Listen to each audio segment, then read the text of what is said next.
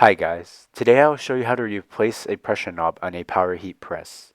First, you will use a wrench to turn clockwise to remove the knob. After, you will use your hand to loosen the knob, turning it counterclockwise.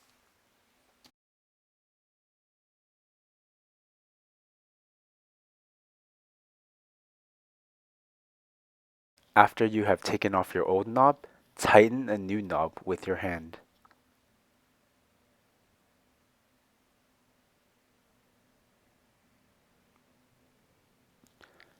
Afterwards, use a wrench and turn it counterclockwise to tighten the knob.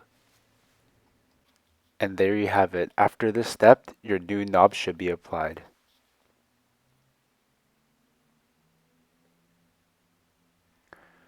To loosen pressure, turn the pressure knob counterclockwise. Turn clockwise to apply more pressure. If you apply too much pressure, the heat press will not lock. You will need to loosen the pressure knob in order for it to lock.